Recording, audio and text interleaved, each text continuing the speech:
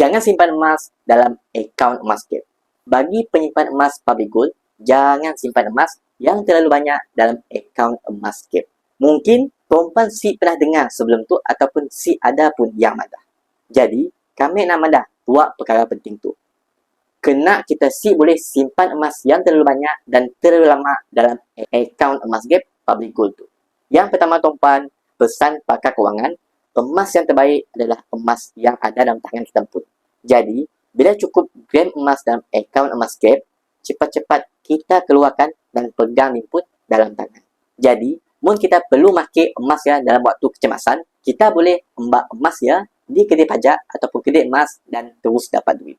Kita mesti tahu, bila kita menyimpan emas tu, adakah emas ya emas fizikal ataupun emas digital. Habis ya, emas dalam akaun emas gap tu, emas apa? Jangan bingung dulu tuan-puan. Emas yang ada dalam akaun emas gap tu adalah emas fizikal.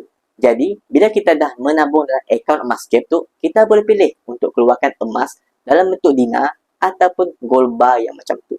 Kita boleh keluarkan emas ya, bila-bila masa saja. Yang kedua, emas tu ada auranya pun, bukannya macam duit. Bila kita megang duit, asyik rasa nak habiskan, tapi bila kita pegang emas dalam tangan, kita boleh rasakan perasaan ketagih untuk tambah lagi simpan emas kita ya. Jadi, siapa yang nak kukuhkan simpanan, mulakan menyimpan emas daripada kini tu. Nak mula menabung emas, tuan-puan boleh follow kami, lepas saya isikan detail di bag biru di bawah. InsyaAllah kami akan bantu tuan-puan dengan sebaik.